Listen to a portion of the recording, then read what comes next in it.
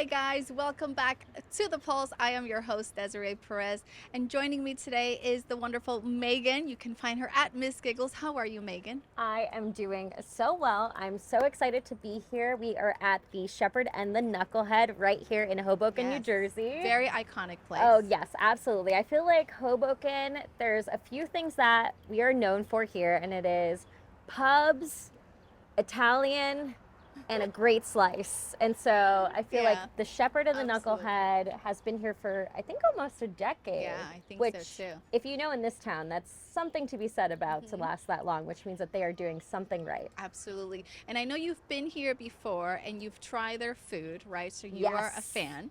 Yeah, definitely. I definitely am a fan because the thing about pub food is that it's so classic. It's very American. It's something that you can find in almost every city. Yeah. However, it's really hard to do well. Yeah. And I feel like when you come to visit the Shepherd and the Knucklehead, you know that you're going to come and have a good meal. Yeah. Yeah. And I mean, Hoboken does it best, I think, right? I think Hoboken Honestly. does the pub food best for sure. For sure.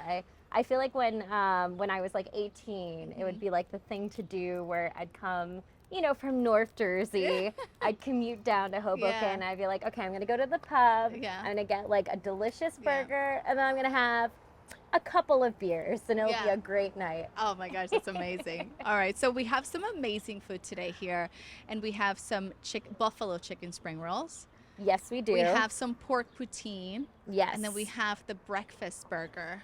Yes. Which I'm very excited for you to try. Oh towards the my! end. I think everyone's really excited to see how I'm going to eat that, but I'm super excited to see how it tastes. All right, so do you want to get started? Yeah, let's start with these buffalo chicken spring rolls, which is something that, you know, can either be really weird or really delicious. I've never seen a spring roll cut like this. I like that they're cut in half. And I like it. Like, it's almost as if they're like, oh, you've heard of potato skins. Yeah. Let's talk about buffalo chicken skins. Yeah, yeah, there you go. And it looks delicious with all that cheese on top. Really good. It looks like it's going to be super tasty. Yeah. And, you know, we're just going to dip into this ranch. I'm assuming it's ranch. Let's find out.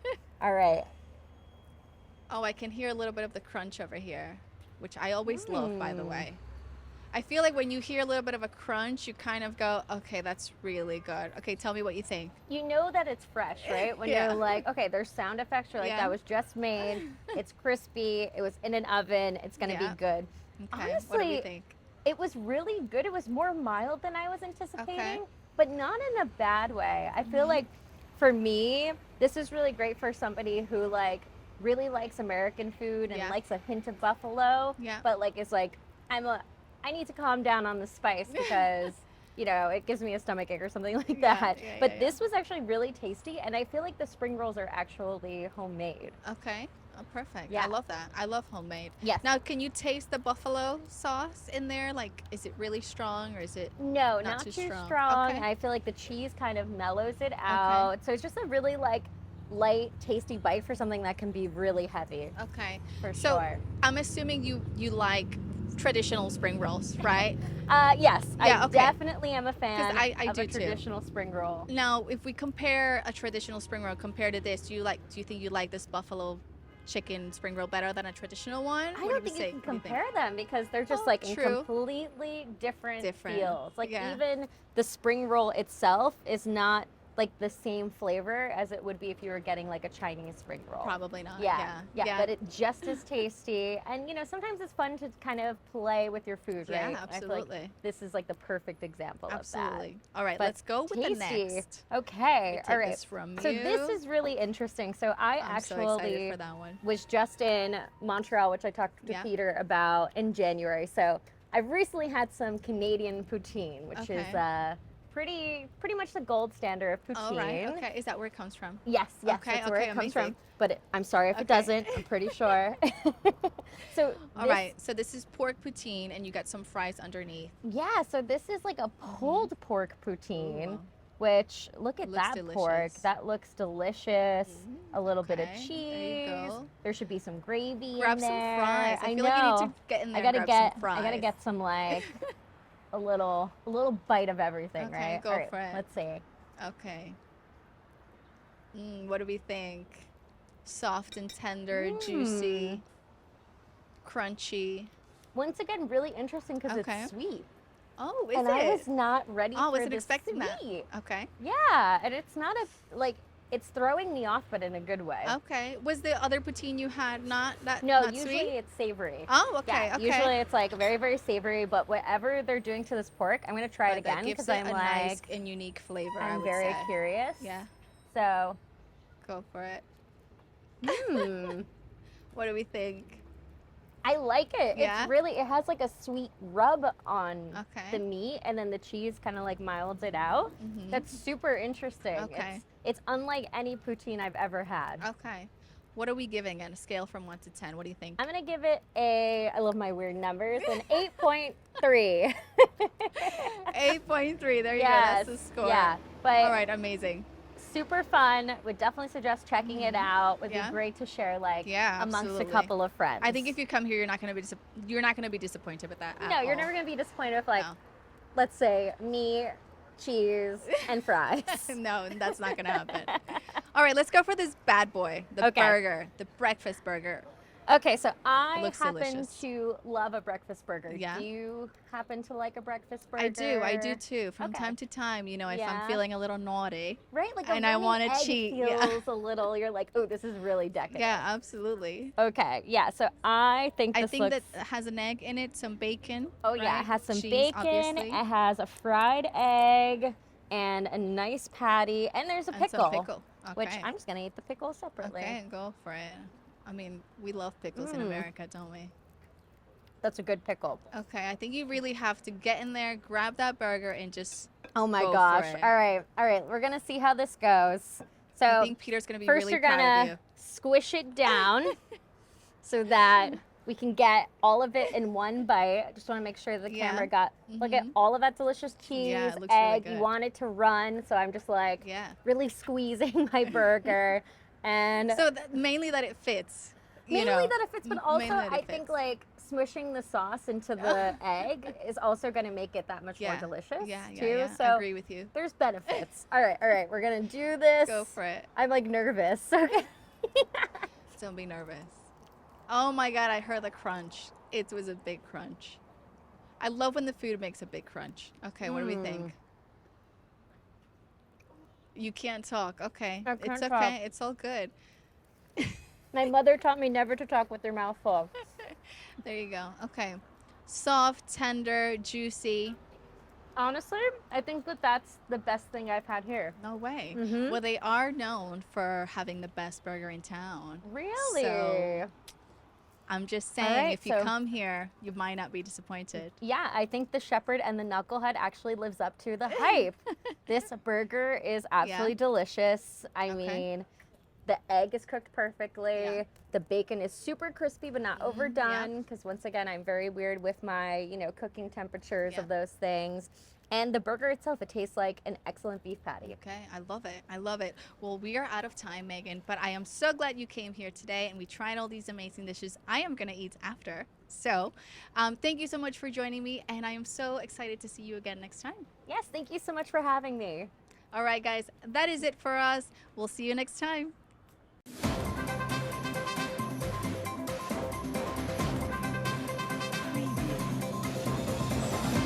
Peter Biancamano, your hostess with the mostest of the Pulse with Peter B. Folks, don't forget to go on our Facebook and our Instagram pages by searching The Pulse with Peter B. and like and follow us on each of those platforms. We're constantly updating those pages with previews of each week's segments and cool stories. Also, if you have any questions, feel free to reach out to our email address at thepulsewithpeterb@gmail.com. Welcome back. I'm your host, Josh Sotomayor Einstein, on this segment of The Pulse with Peter B. And I'm so honored that the editor-in-chief of the Jersey City Times, Aaron Morrill, has decided to join us once again. Thank you so much for coming. My pleasure. And last week we talked about Oprah and how that show was wonderful and I miss it. No, we talked about Oprah requests and corruption in government and how they're trying to change that system. So really important. Go watch that. Make your voices heard. But today we're going to talk about, I think first we're going to talk about what's going on with Liberty State Park. Yeah, there was some interesting news in the past week about Liberty State Park. As many people suspected, the forces arrayed behind or in front of the billionaire Paul Fireman behind the Reebok company turn out to have been receiving lots and lots of money from him. The quote-unquote legendary coach Bob Hurley was getting $100,000 a year to advocate for Fireman's position that this park should be filled with a mini Meadowlands array of stadiums. Whoa. Whoa. That's a lot of green to destroy a green park. Yeah, Wow. I like that. Yeah, it was a lot of green, and I think everybody assumed that there was a lot of green, but some enterprising people were able to get a hold of the 990s, I believe they're called, documents for not-for-profit organizations, and the People's Park Foundation turns out to have gotten something like $1 million in funds to spread what were charitably untruths about Liberty State Park and what the advocates for protecting the park wanted. And as I mentioned, the once legendary coach Bob Hurley unfortunately was getting a lot of money to shill for Paul Fireman. But it seems like it's going to turn out to be a happy ending. Oh, yeah? It looks as if the stadiums will not be built, and that the plan for the park, which was put forward by the Department of Environmental Protection, which really means restoring the park, getting rid of the chromium, capping what they can cap. It looks like that plan, which is really going to keep it as green as possible, as much as park-like as possible, is going to be the plan that ultimately gets done. There's going to be playing fields, but these are not going to be stadiums. So those that want to play soccer, football, baseball, they'll have fields to do that on. But it will be pretty much a park, just like Central Park is a park, without the mini Meadowlands. So you'll have the community amenities that everybody wanted, and you'll still have the nature aspect in the middle of a massive urban area. I know when I walk through the park late at night after it's closed, I've seen dozens and dozens and dozens of deer and other wildlife that you wouldn't think lives in Hudson County. Yeah, it's amazing. You see skunks, you see wild turkeys, you see all kinds of wildlife. And once they restore that interior section, which has been closed for years and years and years because they didn't have the money to restore it, once they open that up, it's going to double the size of the park. It's going to be phenomenal. So we've always been on the side of the DEP plan and the vision that the Friends of Liberty State Park and Sam Pessin had. We made no bones about it, and we're very glad that it's going to be realized, that plan. Oh, it sounds absolutely terrific. I'm so glad that the massive propaganda campaign, because the bad guys in this situation have made some really slick advertisements on YouTube that just pop up all the time anytime I'm watching anything. Yeah, it was really sad to see what they were doing. I mean, they were really taking advantage of people, spreading their money around to people that didn't really know all the issues, that were receptive to their message, and they were essentially dividing people along racial lines. They were using a very cynical approach and strategy to turn it into a racial class issue, which it was never. And so it is good to see the bad guys lose in this case. What they did was really unpardonable. It was really bad. When we come back, stay tuned. We're going to be talking about crime. Welcome to Hudson River Care and Counseling. Hello, I'm Dr. Pam Pater-Ennis, the CEO and founder of Hudson River Care and Counseling with over 30 years of clinical social work experience and therapy. We are a progressive counseling and coaching practice with a diverse team that brings a holistic approach to clients. We offer support both in person and through digital platforms such as telehealth. Consider us a safe haven that you can trust with care for your mental health needs. Visit our website to set up a consultation today.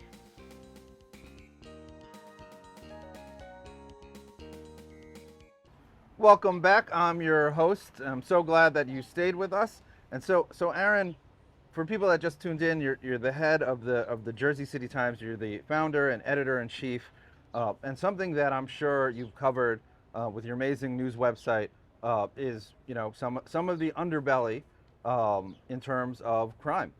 Yeah, crime continues to be a problem in Jersey City. Unfortunately, there is a section of Jersey City, and it primarily is limited to the south side of Jersey City, where you have gangs and a criminal element really preying on the local population. And you see many shootings.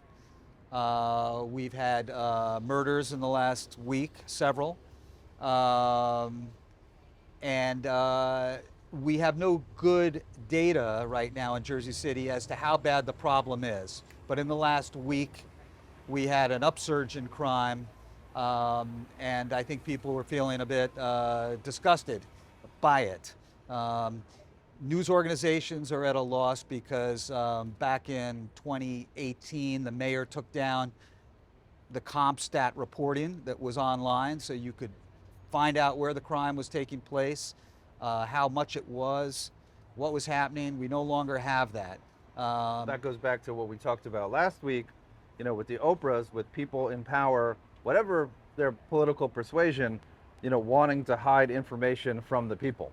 Yeah, so it's really, sort of exhibit A for an attempt by a public official to hide the truth from residents, voters who own that information. Let's be clear, if you're a resident of Jersey City, or for that matter Hoboken, you own the information your local government has. And you should be entitled to see it, and it should not be hidden from you. Right now, we can't really know what the crime situation in Jersey City is because the mayor has decided to keep it secret.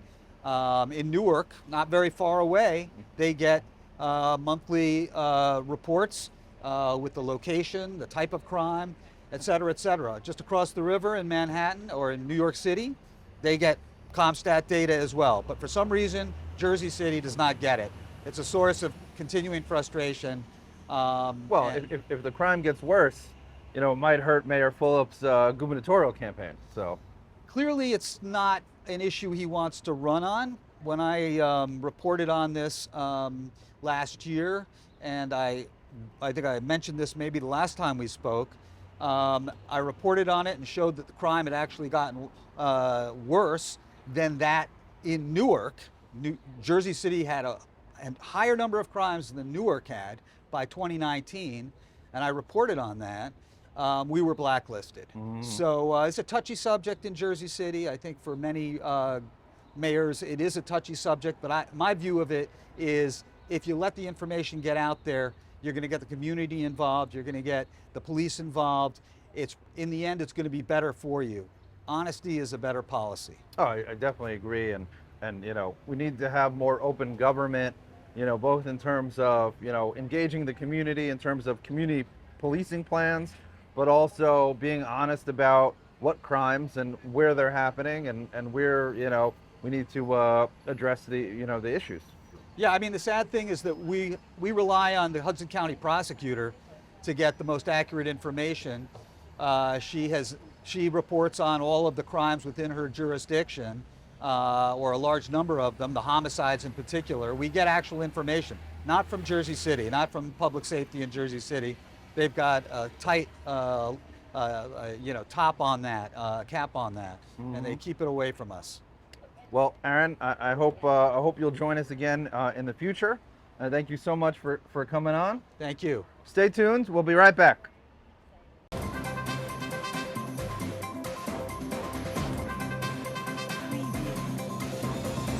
Peter Biancamano back with you.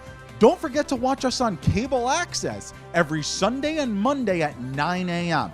Optimum Channel 18, Files Channel 46, and Comcast Channel 190.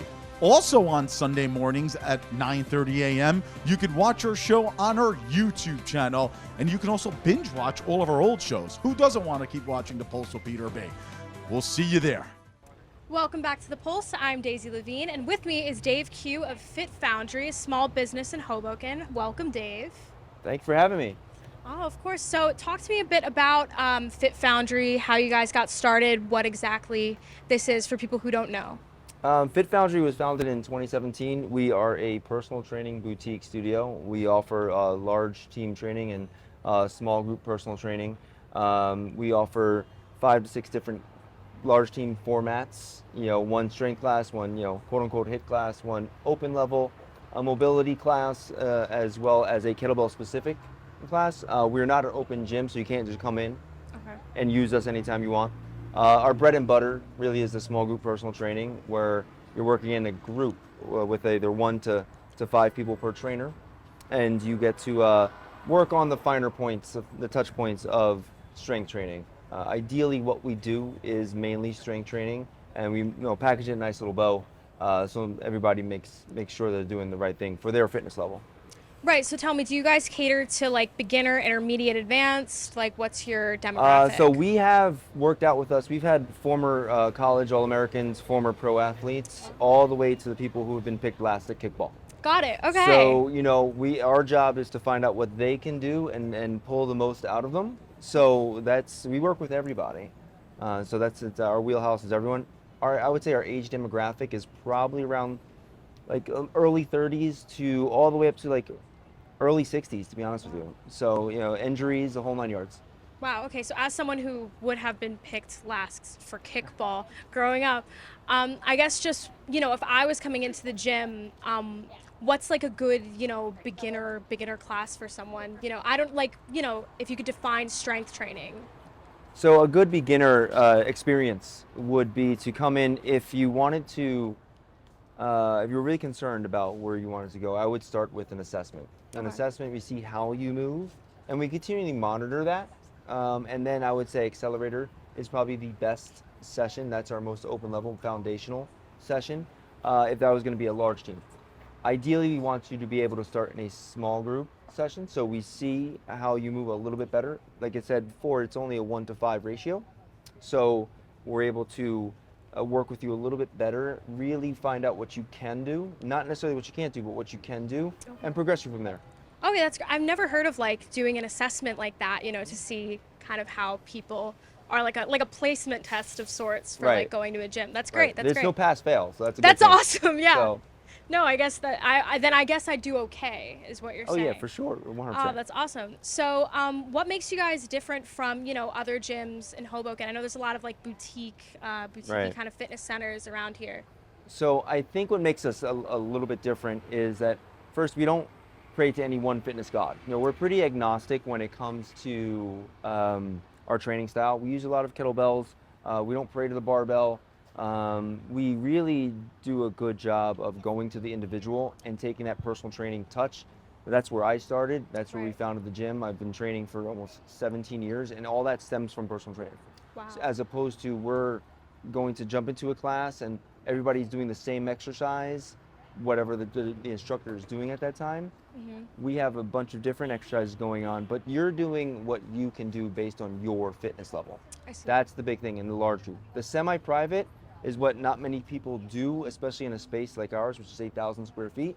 Okay. We can have both running at the same time. The semi-private is a really good opportunity to work with a personal trainer at a fraction of the cost that you would normally pay for a one-on-one session. That's awesome. That's great. So you mentioned that you've been, training for what, like 17 years? Yeah, 17 years, yep. So how exactly did you get started in, founding a gym? So I went to University of Delaware as an economics major. I knew immediately I did not want to do that, but I had a burning desire to help people. It all stems from trying to help people, and I loved exercise. I loved what it could do for people. I loved how it can change people's lives. So I left University of Delaware, immediately got a job at a big box gym. Okay. And then from there, you just go to certification after certification, get your skill level up on how to work with different people. And then once we moved to Hoboken, I was here since 2006 or 2007. Okay.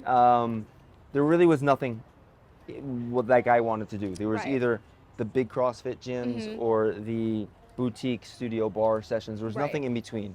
And there's a lot of people who need the lot of in between, but we have to find out how to make it nice so we attract parties from both sides. Right. I will say I'm picking up on that like there is a difference, let's say, for, between like a yoga-esque studio and like the big CrossFit gyms with like all those ropes and things that you see. I guess, it's great that you guys are able to merge those two ideas together. Yeah.